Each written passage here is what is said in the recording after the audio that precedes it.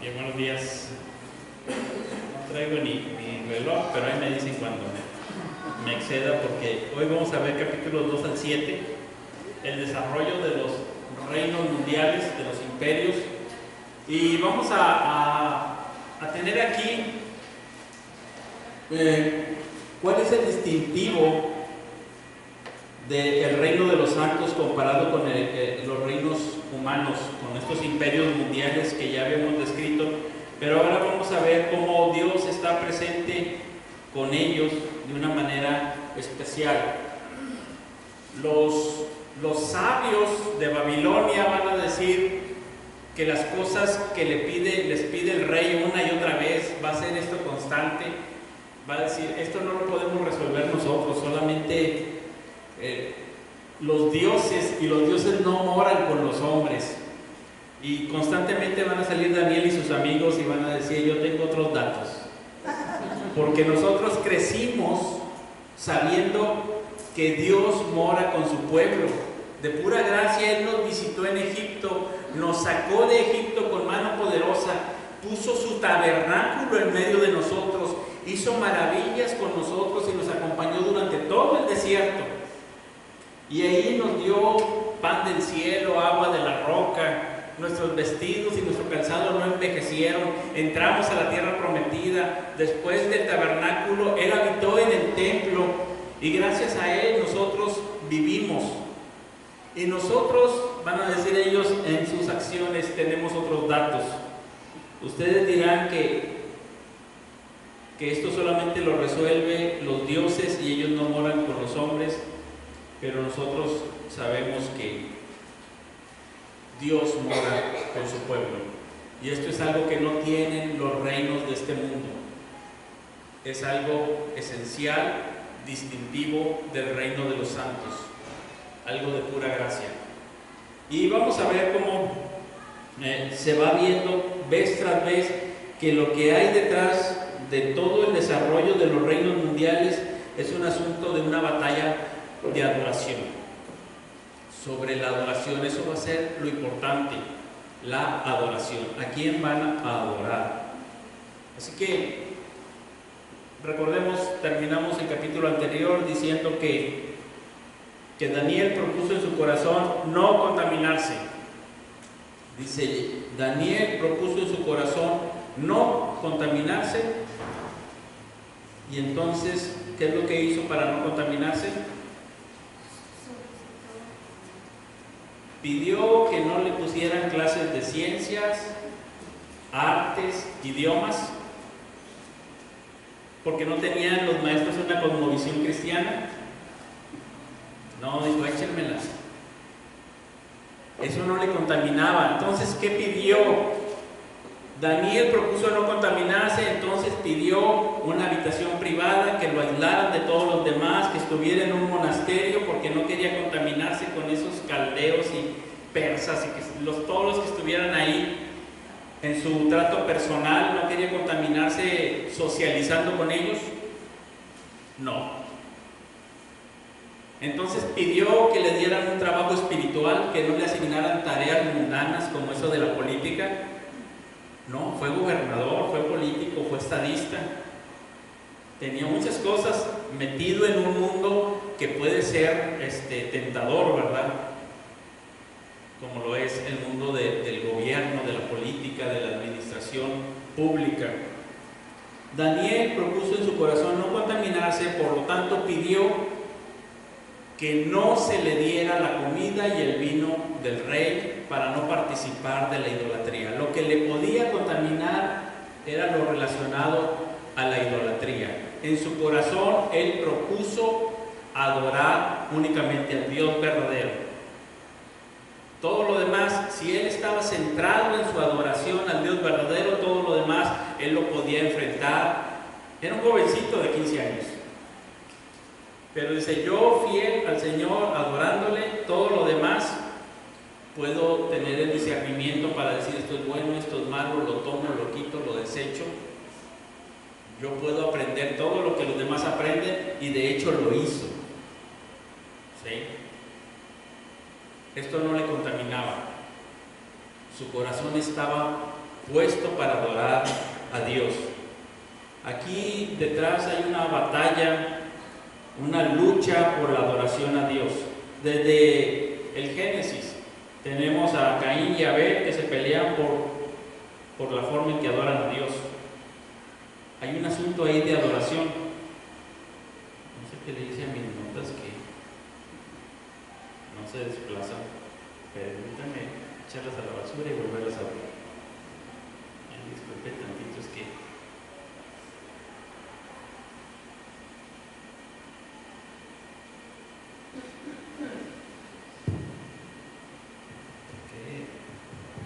las abre al otro lado, pensando. Ya leí la vuelta. No nos preocupemos. Entonces, hay una lucha por la adoración y Caín mata a Abel.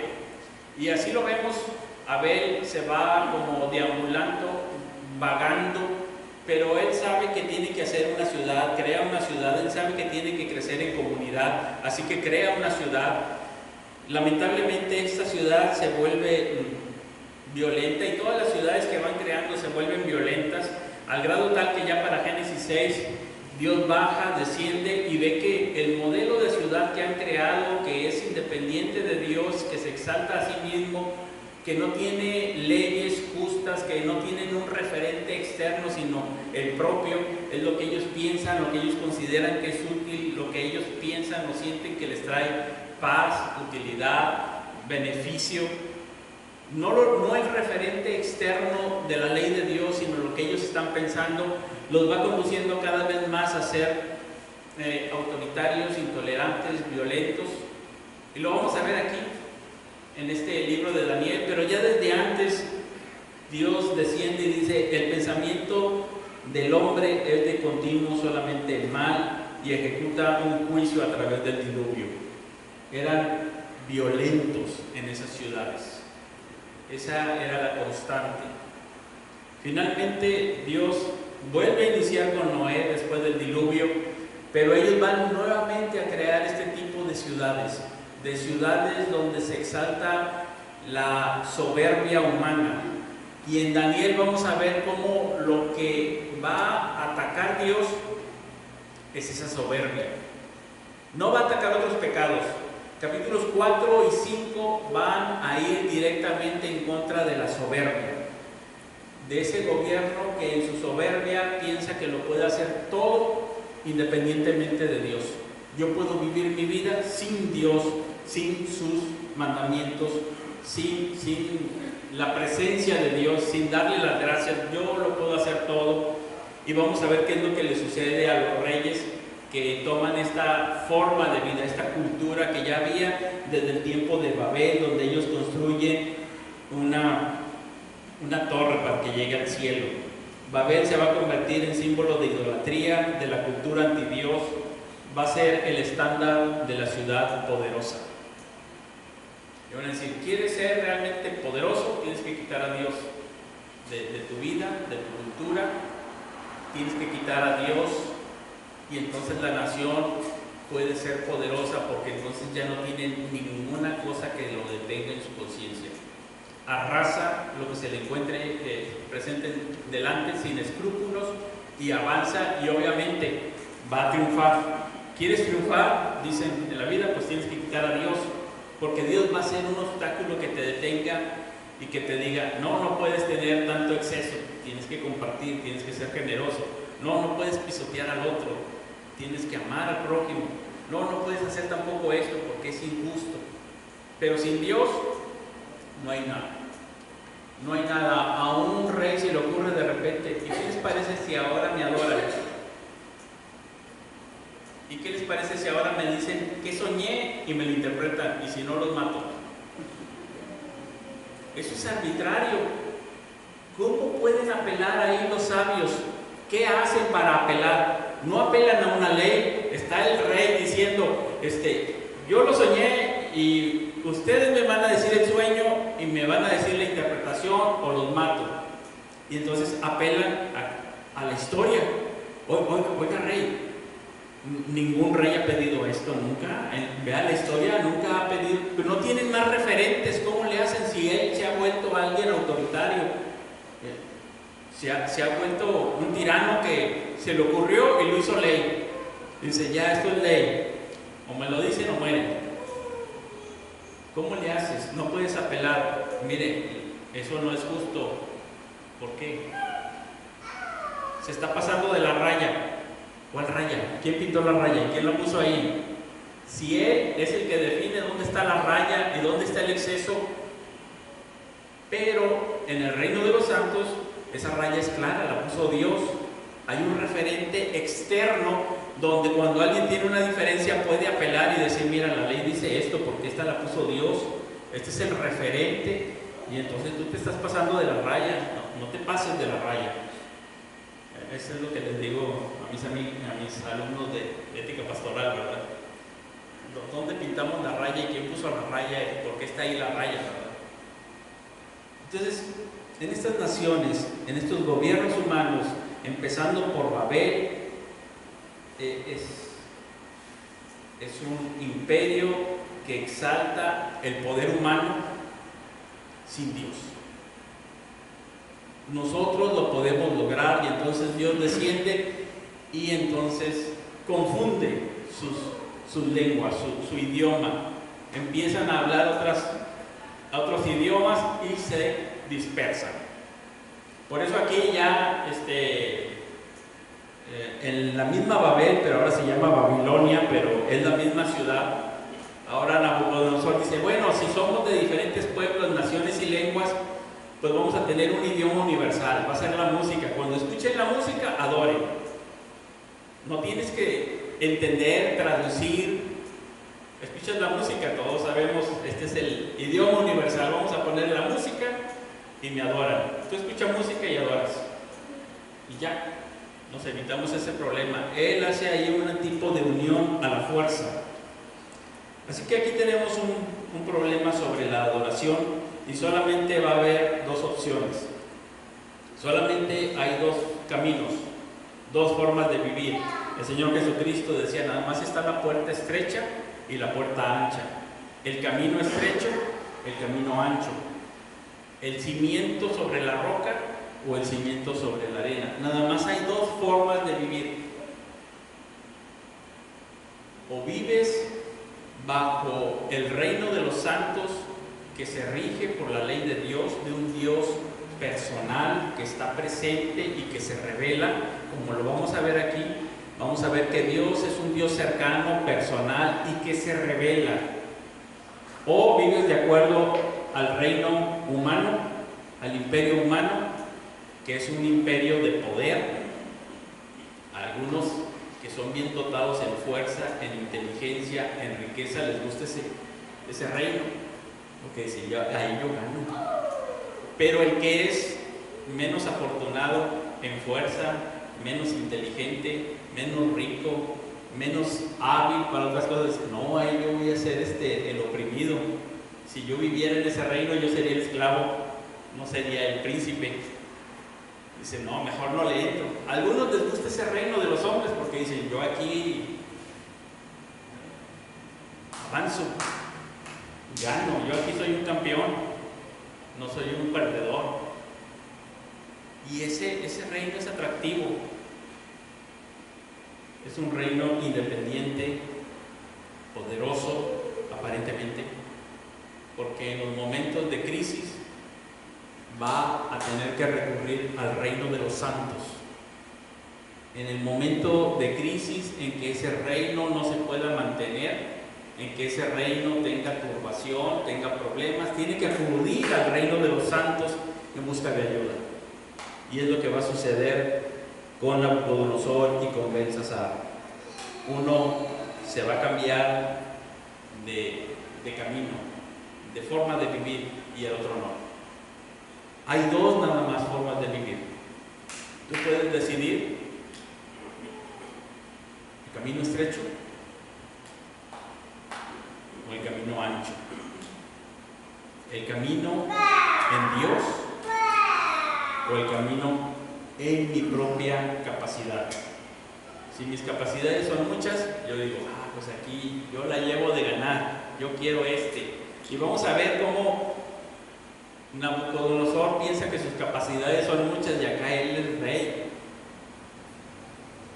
Pero va a llegar en un momento en que se da cuenta de que ese camino le lleva solamente a un corazón duro y se va convirtiendo en una bestia. En cambio, este otro camino ablanda el corazón y uno es humano. Este camino van a ser bestias, este otro camino van a ser humanos. Y vamos a ver la gran diferencia. Empezamos con el capítulo 2 y dice, voy a leer tantito en una versión de las Américas. Normalmente leemos la Reina Valera, pero si tenemos la Nueva Biblia Internacional, la Biblia de Jerusalén o la Biblia de las Américas, hay algunas porciones que esas traducciones las acomodan bien como poema, porque en medio de toda la narrativa la Reina Valera no lo hace, pero hay unos poemas y es muy importante esa parte poética. Sí, por eso voy a tratar de leer la Nueva Biblia de las Américas por esta ocasión. En el segundo año del reinado de Nabucodonosor, este tuvo sueños y se turbó su espíritu y no podía dormir. Ahí está, el Señor Todopoderoso. Ahora hay algo que no puede resolver. Le vinieron sueños. ¿Por qué? Porque el Dios de todos se le reveló y él no lo sabe descifrar. Sabe que es algo importante porque Dios le está hablando ahí en sueños. Dios está cercano y se turba y no puede dormir. Entonces el rey mandó llamar a los magos, encantadores, hechiceros y caldeos para que le explicasen al rey sus sueños. Vinieron pues y se presentaron ante el rey y el rey les dijo: he tenido un sueño y mi espíritu se ha turbado por el deseo de entender el sueño. Es una forma de decir, se me olvidó, se me fue el sueño, pero quedé inquieto, intranquilo, turbado. Y lo que le dicen: oh rey, viva para siempre, cuéntanos el sueño a tus siervos y nosotros te declararemos la interpretación. Y el rey respondió a los caldeos: mis órdenes son firmes, si no me dan a conocer el sueño y su interpretación, serán descuartizados y sus casas serán reducidas a escombros. Pero si me declaran mi sueño y su interpretación, recibirán de mí regalos, recompensas, grandes honores. Por tanto, declárenme el sueño y su interpretación. Ellos no pueden, aunque se las dan de sabios y de que pueden adivinar y eso, no pueden hacer esto. Tienen que reconocerlo. Si no lo reconocen, ¿qué le van a contar al rey? Entonces en el versículo 10 les dice: los caldeos respondieron al rey: no hay hombre sobre la tierra que pueda declarar el asunto al rey, puesto que ningún gran rey o gobernante jamás ha pedido cosa semejante a ningún mago. Primero tratan de salvar su vida. Aquí apelan pues a la historia. Ningún rey ha pedido esto, te estás pasando. ¿Sí?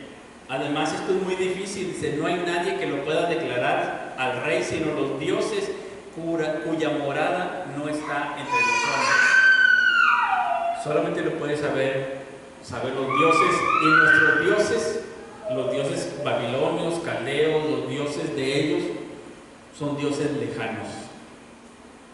Ellos no moran con nosotros, no platican con nosotros, no nos revelan nada. Son dioses que están lejanos, algunos son impersonales, no se comunican con nosotros. Entonces no podemos. El rey se indignó y se enfureció. Y versículo 13, y se publicó el decreto. Dijo: lo que yo digo es ley, y lo publica. Esa ley no estaba ahí, la acabo de poner. Si te quieres regir por las leyes, esa ley no estaba ahí, la acabo de poner, ¿verdad? Como en la rebelión de la granja, ¿se acuerdan? Donde las leyes estaban ahí en la pared.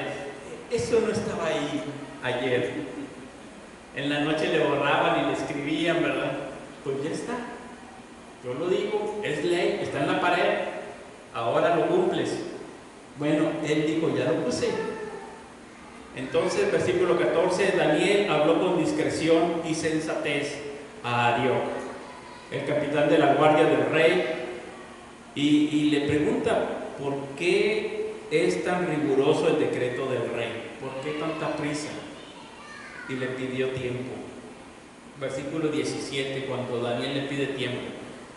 Yo no sé qué harían ustedes, pero a lo mejor aquí ya él tiene como unos 18 años. Y él se atreve a decirle al rey: dame tiempo y yo te doy la respuesta, pero dame tiempo. Y se va a su casa, informa de los asuntos a sus amigos Ananías, Misael y Azarías, para que pidieran misericordia del Dios del cielo acerca de este misterio. Y lo primero que hace es: vamos a orar. Los otros amigos eran, yo creo que de la misma, más o menos, edad, jóvenes de 18 años, tal vez 20. ¿Quién tiene aquí entre 18 y 20? Además de Víctor.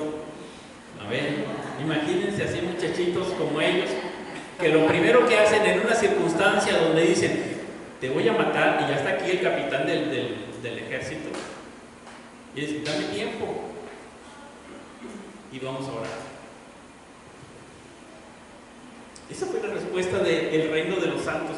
Los otros no tienen respuesta, estos tienen la oración. Unos dicen: no, pues aquellos no saben, pero esto es ridículo, tampoco se va a poder. La oración, ¿cuándo la oración ha hecho algo? Hace unas semanas leí una historia cómica de un pastor que le pidió a la congregación que oraran juntos para que se cerrara el bar del barrio. Luego de orar por varias semanas, en medio de una tormenta eléctrica, cayó un rayo e incendió el bar. El dueño del bar, que además de ser ateo, estaba enterado de que la iglesia estaba orando porque cerraran su bar, metió una demanda. Él argumentó que la iglesia había orado por ese rayo, pero el pastor negaba tal cosa diciendo: nosotros no esperábamos que pasara algo. Finalmente el juez que llevaba el caso dijo: no lo puedo creer. Delante de mí tengo al dueño de un bar completamente ateo que sí cree en el poder de la oración, y a un pastor que no cree que su oración haga nada. Dice: pues aquí como que está rebelde, ¿no? Bueno, aquí tenemos a Daniel, que cree que la oración realmente hace algo, que su Dios no es un Dios lejano sino cercano, y que se puede comunicar con él, y que ora con él. Y entonces, versículo 19: entonces el misterio fue revelado a Daniel. Este Dios es un Dios cercano, es un Dios personal, es un Dios que se revela, que se da a conocer. Y en visión de noche, él supo lo que era. ¿Qué es lo que hizo Daniel? Se fue corriendo a decírselo al rey. No, antes de ir con Nabucodonosor, lo primero que hizo fue dar gracias a Dios. Junta a sus amigos y da gracias a Dios. Y la acción de gracias del versículo 20 al versículo 23 es un poema. Este es un poema que a lo mejor alguien de repente le puede poner música. Este es un poema donde expresa no solamente esa gratitud, sino esa pasión. Fíjense cómo dice. Empieza bendiciendo a Dios. Número 1: sea el nombre de Dios bendito por los siglos de los siglos, porque la sabiduría y el poder son de Él. Aquí está. Sabiduría y poder son de Él, no de Nabucodonosor, de Él, no de los santos, no de Daniel, de Dios, de Dios. Y luego va a ampliar esta explicación. Esta es la segunda parte. Dice: Él es quien cambia los tiempos y las edades, quita reyes, pone reyes, da sabiduría a los sabios y conocimiento a los entendidos. Él es el que revela lo profundo y lo escondido, conoce lo que está en tinieblas y la luz mora con él. Esta es la segunda parte de este poema. Y la tercera va a terminar con la misma frase con la que empezó. Y va a decir: a ti, Dios de mis padres, te doy gracias y alabo, porque me has dado sabiduría y poder. Ahí está. En la primera parte dice: porque la sabiduría y el poder son de Él. Y en la tercera: me las ha dado a mí, sabiduría y poder. Son de Él y me lo ha dado. y ahora me has revelado lo que te habíamos pedido, pues nos has dado a conocer el asunto del reino.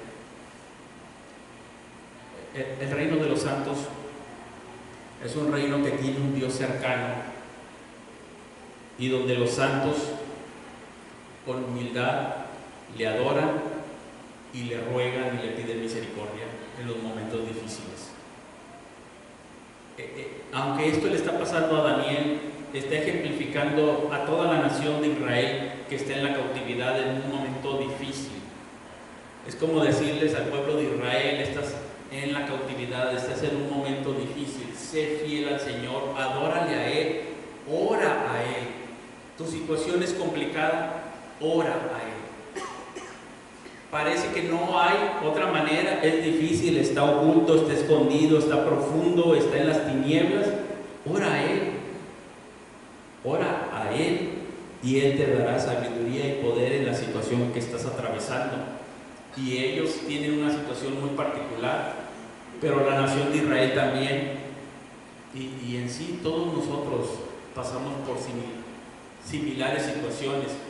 El apóstol Pedro va a decirle a los exiliados en Babilonia, en su epístola, les va a hablar a los que están en Babilonia, pero ya no existía Babilonia. Simbólicamente les está diciendo a ustedes que están también como nosotros, nuestros padres estuvieron en Babilonia en cautividad, ustedes están por ahí dispersos, y les dice a los que están en Babilonia, que están pasando tribulaciones, que están siendo puestos a prueba su fe, que están en un momento difícil, ustedes tienen que saber que Dios está ahí con ustedes, cercano. Ezequiel, al inicio de su profecía, en el capítulo 1, dice que él ve cuando del templo se levanta el trono de Dios con toda su gloria y majestad, con todas esas ruedas, un trono como si tuviera ruedas, como si fuera un carrito, con fuego y querubines y ángeles y todo ese esplendor, la gloria de Dios. Se levanta del templo, abandona el templo y se va al oriente, a Babilonia. Dios se había ido con ellos, con tristeza en su corazón, porque no se habían arrepentido y estaban sufriendo las consecuencias de su pecado. Pero Dios dice: en secreto llorará mi alma, dice Jeremías. Allá va el Señor con toda su gloria, y ellos no se quedó Dios allá en Jerusalén, se vino con ellos hasta la cautividad, y que cuando Daniel ora, Dios le responde. Y cuando los amigos de Daniel van al fuego, Dios se mete ahí en medio de ellos. Y cuando Daniel va al foso de los leones, Dios está ahí en medio de ellos, cerrándole la boca a los leones, cuidándolos del fuego, respondiéndoles los misterios que estaban enfrentando.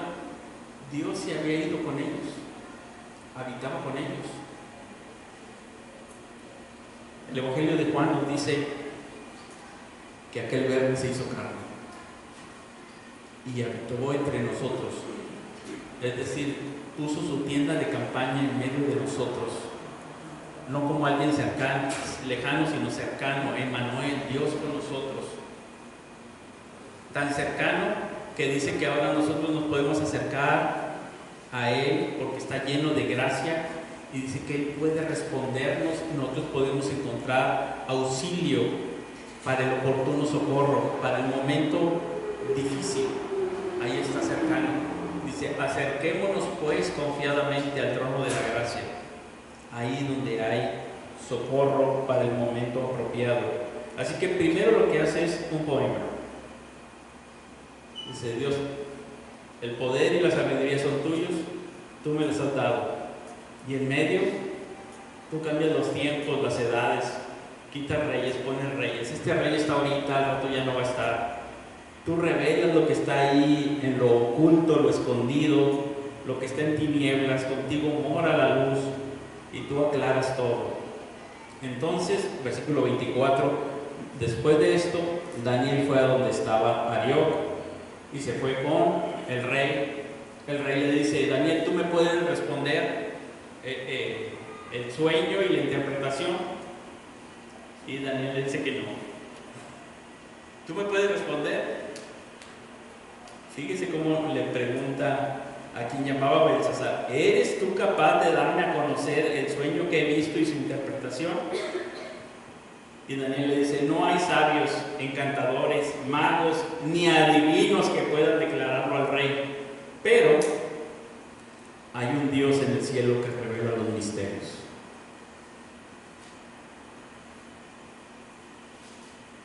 Esa es una de las frases muy importantes de este libro de Daniel. Hay un Dios en el cielo que revela los misterios. Primero, es un Dios. Segundo, es un Dios personal que revela. Es un Dios que se da a conocer.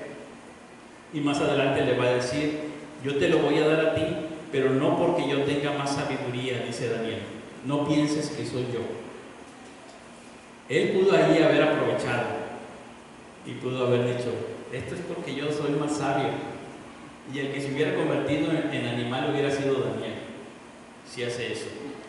Pero en ese momento, con humildad, dice: yo no es porque yo sea más sabio, es porque Dios te quiere dar un mensaje y yo solamente te lo voy a transmitir. Es Dios el que te está dando este mensaje, no es porque yo sea más sabio.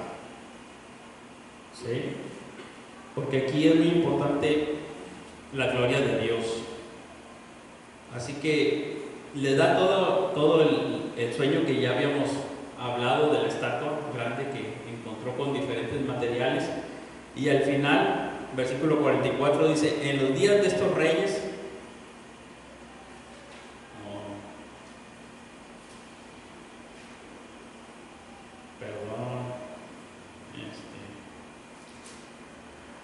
voy a tener que abrir otra vez esto. Mejor uso la Biblia. ¿Qué le va a decir en los días de estos reyes? ¿Qué va a suceder?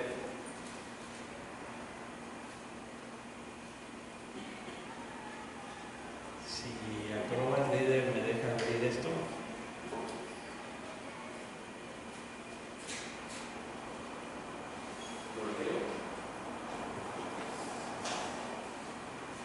Bueno, sí.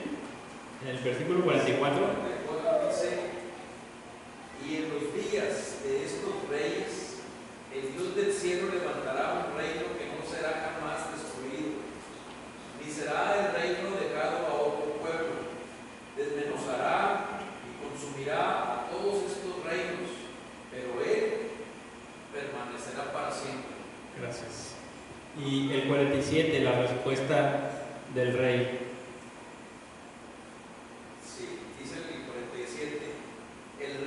Habló a Daniel y dijo: ciertamente el Dios vuestro es Dios de dioses y Señor de los reyes, y el que revela los misterios, pues pudiste revelar este misterio. Así es. ¿Qué palabra tan difícil para decirla de un rey que es todopoderoso y que se enoja si no le hacen lo que él dice y que tiene que reconocer? Ese es el Dios de reyes, ese es el Señor todopoderoso, porque tú me has revelado. Y a Daniel le dio muchos regalos espléndidos, le hizo gobernador, le hizo jefe supremo de todos los sabios, y quedó ahí en la corte. Y Daniel de una vez pidió que sus amigos fueran también gente especial ahí entre los gobernadores. Aunque ellos parece ser que salen ganando porque ahora tienen un puesto de gobierno, en realidad el imperio sale ganando teniendo a tales personas en el gobierno. El imperio salía ganando teniéndolos ahí. Sería tonto de parte del rey no poner ahí a Daniel como uno de los gobernadores, como el gobernador de Babilonia. Pues si ya tiene la inteligencia, pues lo pongo aquí, como cuando Faraón dijo: José me reveló esto. Pues no hay nadie más inteligente que tú mero, a hacerlo. Tú nos vas a mantener con vida, si no, caemos. ¿Sí? Entonces, ahí fue la parte importante. Ahora, en el capítulo 3, ya habíamos dicho un poco cómo, al narrarlo, parece ser que Daniel se está un poco burlando de lo absurdo que es la orden del rey. La orden del rey dice: cuando escuchen la música y empieza a decir todos los instrumentos, me van a adorar. Y luego otra vez él narra todos los instrumentos. Entonces, lo dice el pregonero, lo dicen los gobernantes y las personas importantes, lo dice el rey. Sí, lo repiten a cada rato, que parece ser como que le parece algo cómico, como que te estás pasando. Escucha cómo se oye, estás escuchando cómo te oyes. Entonces lo están narrando varias veces. Al son de esto, de esto, de esto, de esto, de esto, de esto, de esto, de esto, de esto, póstrate. Y ellos dijeron que no. Y entonces vinieron los gobernadores y dijeron: aquellos muchachos que trajiste, cuando suena esto y esto y esto y esto y esto y estos instrumentos, no se apostran. Y el rey dice: a ver, tráiganlos. ¿Es cierto que ustedes cuando escuchan esto y esto y esto y esto y esto y estos instrumentos no se postran? O sea, se oye ridículo. Entonces lo está como de alguna manera haciendo cómico por lo absurdo que es. Pero ese es el ser humano en Babel, en Babilonia, en el imperio que exalta el poder humano. El poder humano se vuelve arbitrario y de repente lo hace ley y dice: esta es la ley, ya está escrito ahí en la Constitución, en la pared, ya lo dijo mi dedito, esto lo vas a hacer y ahora lo haces. Y si no, al fuego. Y dice que todas las personas se postraron y adoraron. Esta estatua de Nabucodonosor no era la estatua de un dios, era una imagen de hombre. Muchos piensan que después de que Daniel le dijo que él era la cabeza, en esa estatua él era la cabeza de oro, pues se hizo todo el cuerpo de oro y lo puso ahí de veintitantos, no recuerdo cuántos metros. Pero imagínense aquello monumental en un valle para que todos le adoren, que adoren su poder, su grandeza. Y la gente lo adoró, se postraron y adoraron.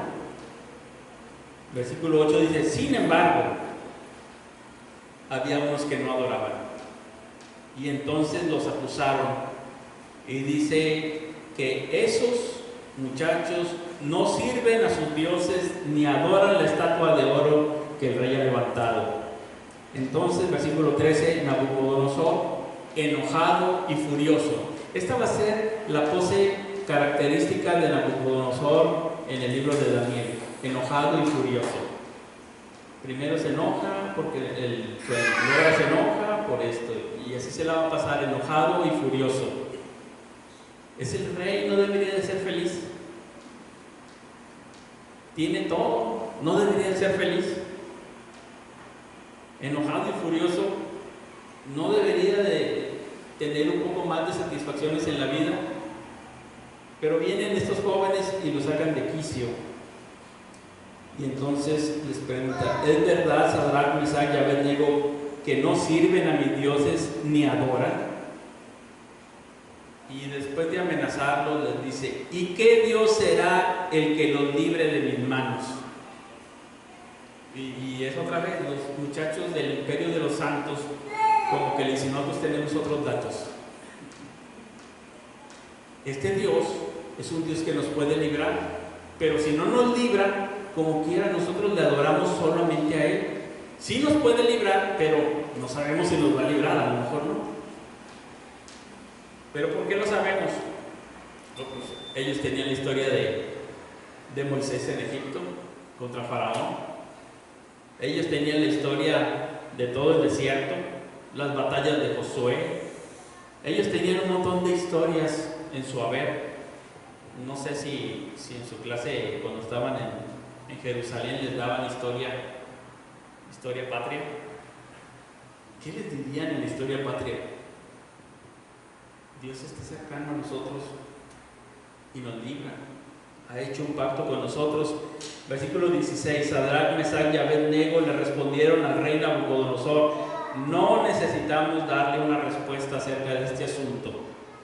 Ciertamente nuestro Dios, a quien servimos, puede librarnos del horno de fuego ardiente, y de su mano, oh rey, nos librará. Pero si no lo hace, ha de saber, oh rey, que no serviremos a sus dioses ni adoraremos la estatua de oro que ha levantado. ¿Qué hace que estos jóvenes sean tan valientes?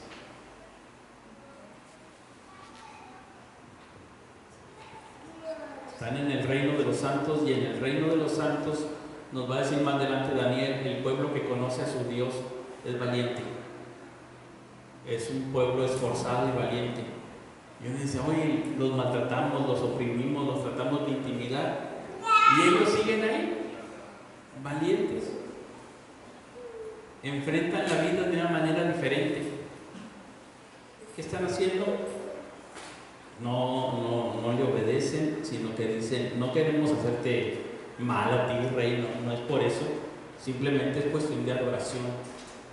Detrás de todo esto hay una batalla por la adoración. ¿A quién vas a adorar?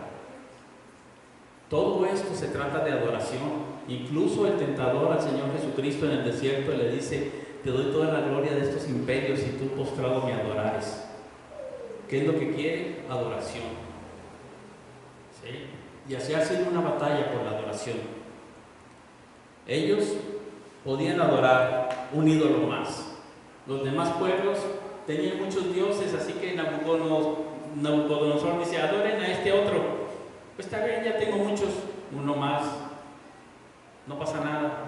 Y me tiene en favor con el rey, no me hace nada, no se enoja, no me grita, no me amenaza. Y aquí ellos dicen, no es necesario que le respondamos.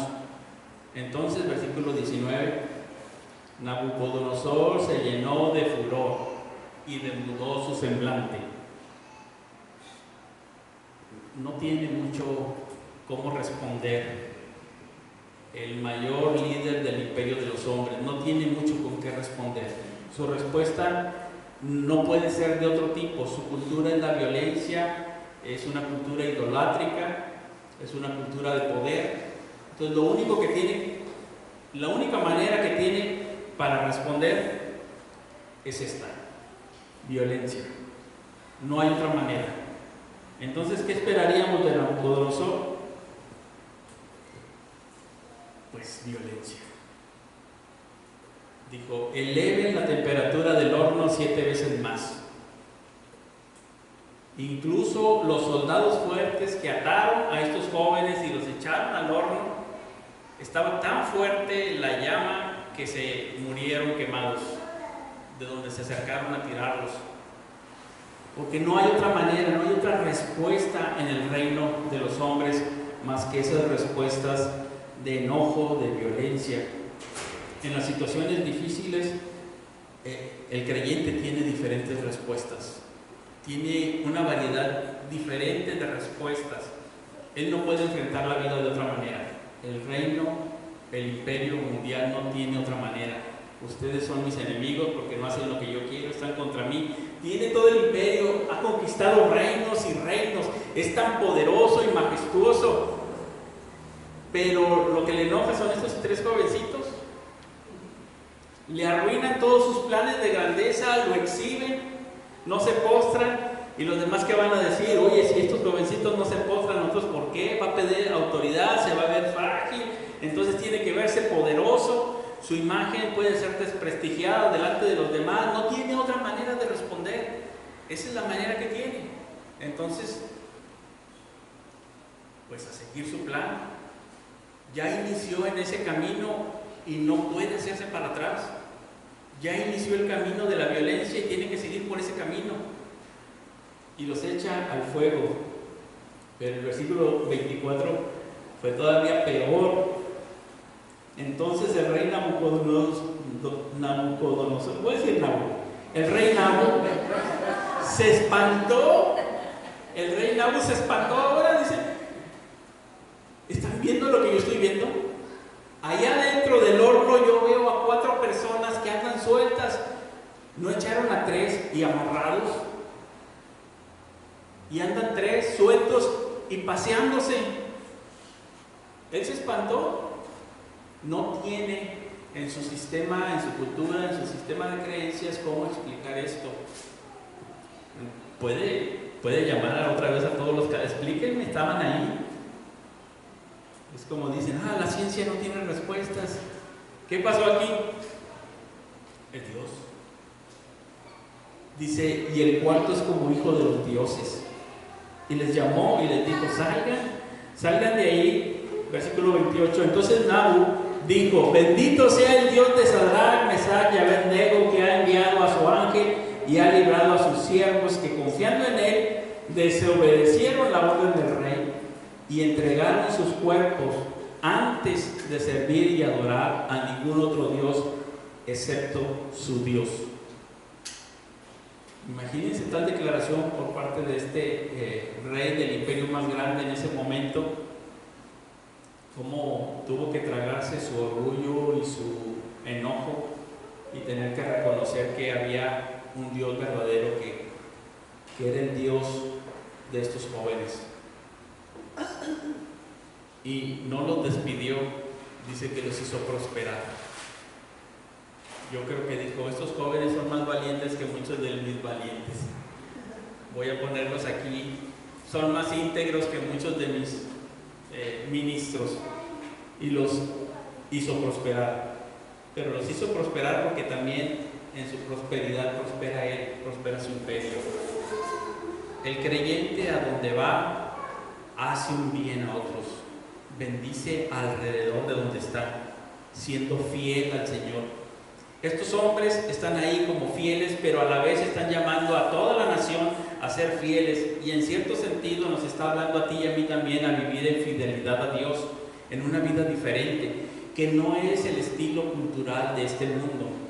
El estilo cultural de este mundo es como el de Nabucodonosor, y te dice, si estás en un problema, niega tus creencias porque tienes que seguir adelante, tienes que quedar bien con tu jefe o con el jefe de tu jefe, etcétera. Tú tienes que ver por ti, tu familia te van a despedir, ¿qué va a ser de ti? Mejor renuncia un poco a tu fe para tener el agrado, el beneplácito de tus jefes, y no te metas en problemas. Ve navegando así con problemas, midiendo ahí qué es lo que estás haciendo, titubeante. A veces sí eres cristiano y a veces no, y a veces tienes que entrarle al sistema, porque así es. Ya estás en la Matrix, ya síguele. No te vayas a salir, porque eso es mucho problema, ¿sí? Y entonces se empieza a relegar las creencias, pero estos jóvenes no. Y ocurre el capítulo 4, todo el capítulo 4 es prácticamente nada más para decir que lo que Dios va a castigar en este imperio es la soberbia. Ese es el distintivo de este imperio. La soberbia que exalta el poder humano, que quiere vivir independiente de Dios, que es antidios, se vuelve idolátrico, se vuelve intolerante y arbitrario, se vuelve bestia, inhumano, inmisericordia, sin compasión. El distintivo de ese imperio es el orgullo. Y el capítulo 4 nada más es para hablar que lo que trató ahí fue el orgullo. Fue el orgullo, y empieza Nabucodonosor diciendo: tengo que declarar las señales y maravillas que ha hecho conmigo el Dios Altísimo. Y versículo 3 está en poema, está poético. Cuán grandes son sus señales y cuán poderosas sus maravillas. Su reino es un reino eterno y su dominio de generación en generación. Veamos esos poemas porque esos se van a repetir. Y llegó el momento en que, estando en su esplendor, este rey, ya dice aquí que tiene otra vez un sueño, y otra vez, ya saben, no lo pueden interpretar, y es de un árbol, y luego hay un vigilante, y cortan el árbol y se queda nada más el tronquito y lo ponen con cadenas, y nadie se lo puede interpretar, y ya sabemos que va a venir Daniel, y Daniel se lo va a interpretar y le va a decir: el árbol eres tú, y vienen las aves, das fruto, todos se acobijan bajo tu sombra. Tú eres ese árbol, pero si te enalteces, si te enorgulleces, ese árbol es cortado. Hay un vigilante, como si fuera un ángel, que dijera: córtenlo, y lo cortan, pero te van a dejar ahí un tronquito de donde si tú te arrepientes vuelves a renacer y vuelve a crecer, ¿verdad? Y Daniel se lo interpreta. Y tenemos toda esta parte, ustedes leanla, es excelente la narración. Pero lo que yo quiero que veamos es que él, siendo orgulloso, su castigo es que se vuelve bestia. Las imágenes que tenemos en el capítulo 7 son bestias. Es esta manera de decir que la persona que es orgullosa, en vez de subir, desciende. En vez de ser superior y volverse como Dios, se vuelve bestia, se vuelve violento, se vuelve salvaje. Y aquel que se somete a Dios en humildad, su corazón se vuelve suave y se vuelve más humano en su trato con los demás. Hay una diferencia entre los dos. Aquel que es orgulloso y que consigue las cosas y lucha y se esfuerza y pasa por encima de todos y de todo, se va volviendo duro, se va volviendo salvaje y lleva este tipo de vida. Y fíjense cómo dice el versículo 16. Ya estamos en el 4:16.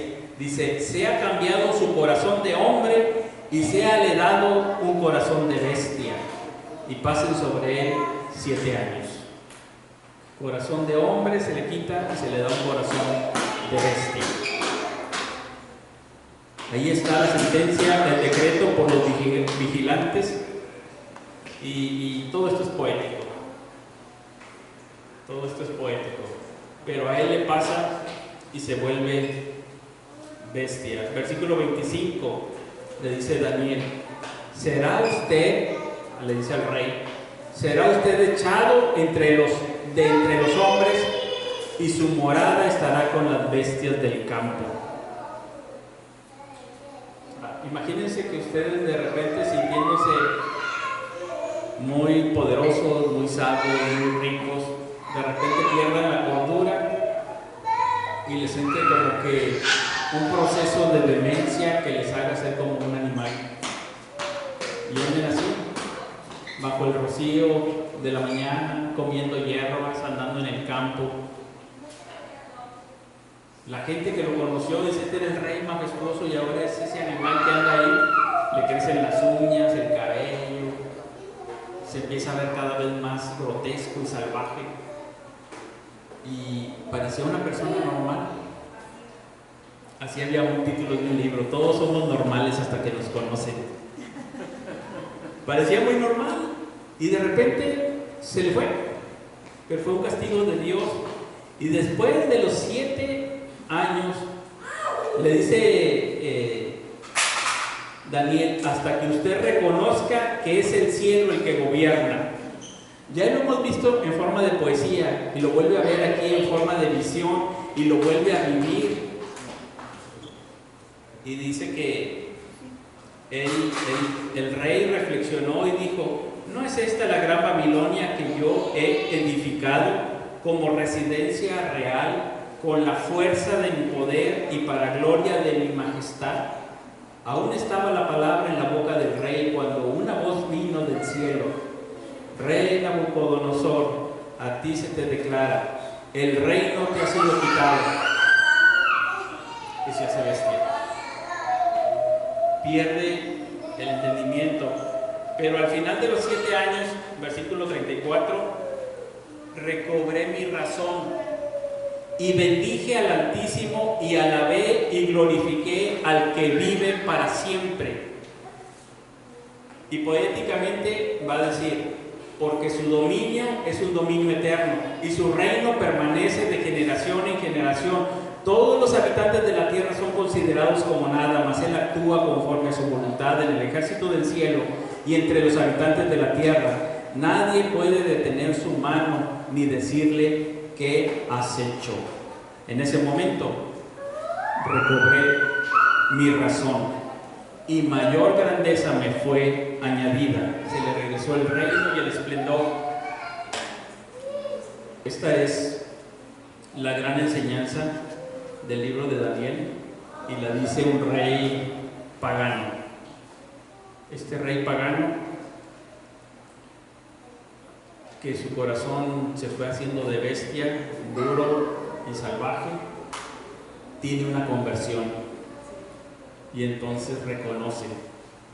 Le va a pasar algo similar a su hijo,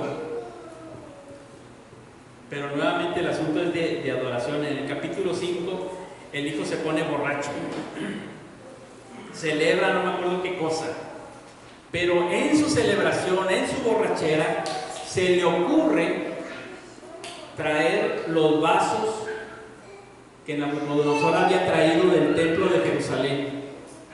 Y dijo: estoy bien borracho, ahora lo que quiero es beber en los vasos de Dios, como si yo fuera Dios. Es un asunto de adoración. Él profana lo que es santo y que es para Dios. Y dice: todos mis gobernadores y yo vamos a beber en los vasos de Dios. Es más, también sus mujeres y sus concubinas, todos los que estamos aquí.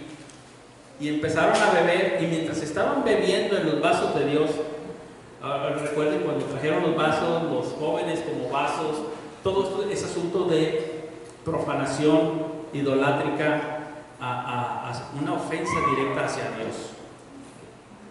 Entonces aparece una mano y la mano empieza a escribir ahí en la pared 4 palabras, y otra vez nadie las podía resolver, nadie podía interpretarlas, nadie sabía qué significaba. Entonces sale la esposa del rey y le dice: no te turbes, ¿por qué estás así? En tiempos de Nabucodonosor, era como su abuelo, aquí dice que es su hijo. En tiempos de tu abuelo había un hombre, un joven llamado Daniel, traído de los deportados de Jerusalén. ¿Él te puede interpretar esto? De eso se trata todo esto, ¿verdad? Todo el libro de Daniel se trata de un Dios personal, cercano, que se revela, que se da a conocer. Y las palabras que dicen se las interpreta, pero antes de interpretarle todo esto, le está diciendo Daniel a Belsasar: tu padre, Nabucodonosor, se humilló y reconoció. Yo te pido que tú también reconozcas, que te humilles y reconozcas. Ese es el llamado que te hago. Daniel, queriendo el bien de la otra persona, del rey, le dice: yo te recomiendo que reconozcas que el cielo gobierna y tú te humilles delante de Dios. Y él lo quiso. Esa noche murió. La historia nos dice que la Gran Babilonia, con sus 2 murallas, era atravesado por un río que luego regaba toda la ciudad. Ya estaban afuera unos ejércitos, desviaron ese río, entraron ahí como por el, digamos, por el drenaje, un acueducto. Por ahí entraron los soldados, abrieron las puertas y todos estaban borrachos. Pues no tuvieron resistencia, empezaron a arrasar contra. Los soldados en general no funcionan muy bien, digamos. Los generales estaban ahí en la fiesta. Había soldados seguramente buenos, pero entró el otro ejército, arrasó con ellos, y los medos y los persas se hicieron cargo del gobierno. O sea, de la cabeza de oro siguió el pecho de plata, ¿verdad? Pero esta es la parte que Daniel va a decirle a Belsasar. Dice: tu padre fue echado de entre los hombres, su corazón se hizo semejante al de las bestias, y con los asnos monteses. El otro capítulo decía que se hizo como buey, aquí le dice se hizo como un asno, ¿sí? Hacia ese grado. Con los asnos monteses tuvo su morada, se le dio a comer hierba como el ganado, y su cuerpo se empapó con el rocío del cielo, hasta que reconoció que el Dios Altísimo domina sobre el reino de los hombres y que pone sobre él a quien le place. Y le dice: y tú has traído delante de ustedes los vasos de su templo. O sea, imagínate, te has atrevido a profanar los vasos de Dios. Entonces le vino la muerte. El siguiente rey tampoco fue así como que tampoco, digamos que la gran belleza, ¿verdad? ¿Por qué? Porque pues también tenía sus debilidades.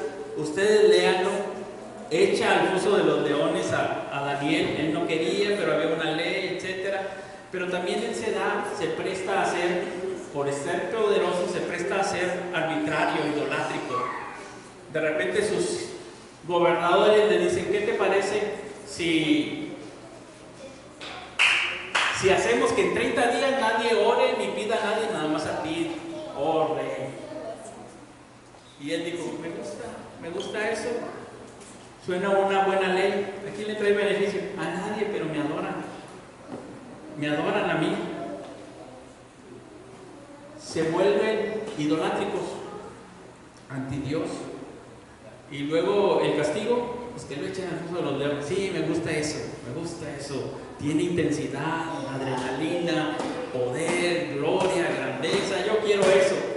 Y que echen a su amigo Daniel al foso de los leones. Y Dios lo saca de ahí. Hermanos, tenemos aquí claramente dos formas de ser. Ya no voy a continuar con Daniel 6, ustedes leanlo.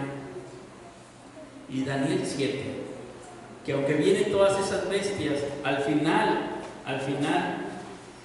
ya ahí dice la conclusión de Daniel: ni Dios envió a su ángel.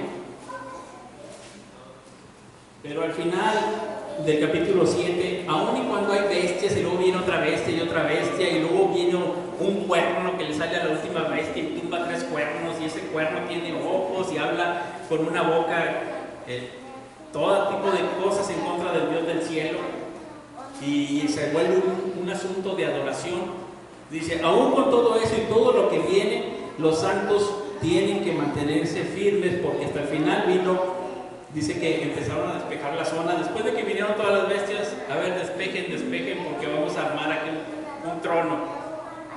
Descendió un trono, se puso el anciano de días y dijo: hasta aquí, se acabaron las bestias. Y esa bestia venía muy poderosa y murió. ¿Cómo? Vaya usted a saber cómo lo vio. Sí, yo me imagino como cuando viene el gusano en los Avengers, y luego viene Joaquín, nada más le da un golpe y se murió. Ya, mucha bestia. Dice: yo siempre estoy enojado, nada más le dio un golpe y ya, ahí está su bestia, su gusano aterrador. Bueno, acá venía esa bestia, vino el anciano de días y se murió. Y el cuerno y todo, se fue. Y entonces dice: ahora sí viene el reino bueno. Y dice: hasta que vino el anciano de días y se hizo justicia a favor de los santos del Altísimo, y llegó el tiempo cuando los santos tomaron posesión del reino.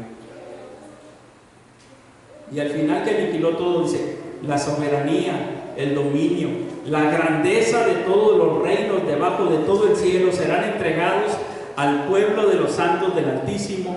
Su reino será un reino eterno, y todos los dominios le servirán y le obedecerán. Y ahí terminó esta parte en arameo, y dice que Daniel guardó todo eso en su corazón. Estaba espantado al ver tanta bestia, pero al final dijo: vino el anciano de días,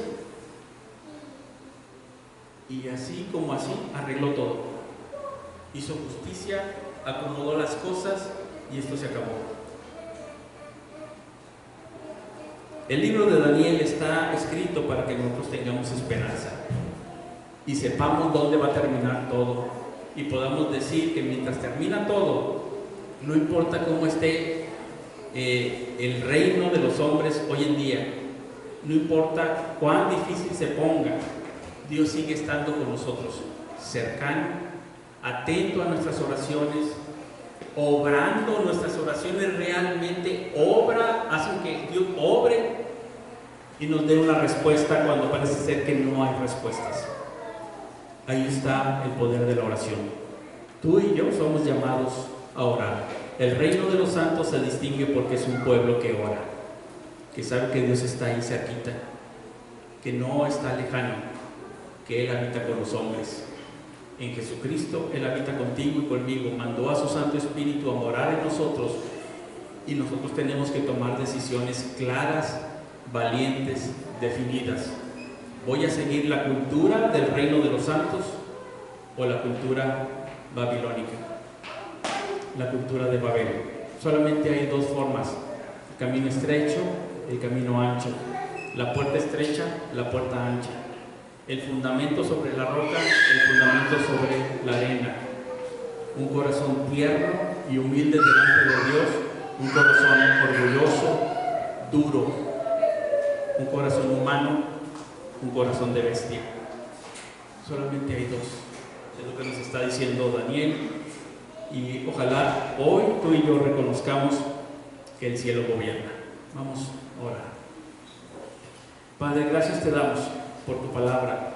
Ayúdanos a guardarla en nuestro corazón como una evidencia de que tú eres un Dios personal y cercano que nos habla. Ayúdanos a caminar en tus caminos, a serte fieles en los momentos de prueba o de tentación, a ser valientes, a ayudar a otros también y ser de bendición, a los que estén a nuestro alrededor, con humildad, con paciencia, con misericordia, poderles ayudar y anunciar tu evangelio. Gracias, Dios, por tu infinita bondad, porque de pura gracia tú nos has salvado, nos has llamado. Señor, nos ponemos en tus manos. Hoy, sobre nuestra nación, decimos que el cielo es el que manda, el que gobierna. Señor, ayúdanos, que podamos ser una nación justa, una nación que hace el bien, una nación humana, generosa. Sabemos, Señor, que tenemos áreas en nuestro país con violencia. Te pedimos por la paz, por la justicia. Sé con nuestros gobernantes y dale sabiduría en lo que hayan de hacer. Nos ponemos en tus manos en el nombre de Jesucristo. Amén.